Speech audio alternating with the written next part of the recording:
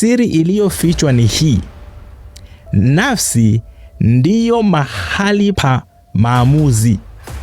Mwili unataka vitu vya dunia.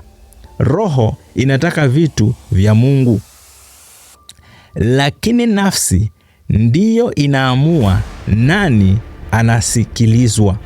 Sasa uamuzi uko ndani ya nafsi yako. Nafsi yako ndiyo itakayo determine ni nani atakayetawala siku hiyo. Nafsi yako kielekeza katika mwili, then mwili na tamaa zake ndizo zitakazo kutawala. Nafsi yako ukielekeza kwa Roho wa Mungu, then Mungu ndiye atakaye kutawala siku hiyo. Sasa uamuzi uko hapa, na ndio sababu adui ananyemelea nafsi yako.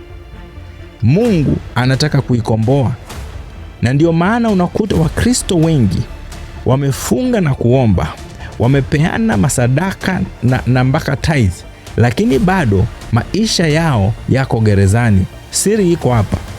Nafsi ni sehemu yako ya ndani ambayo usipoitawala itakutawala.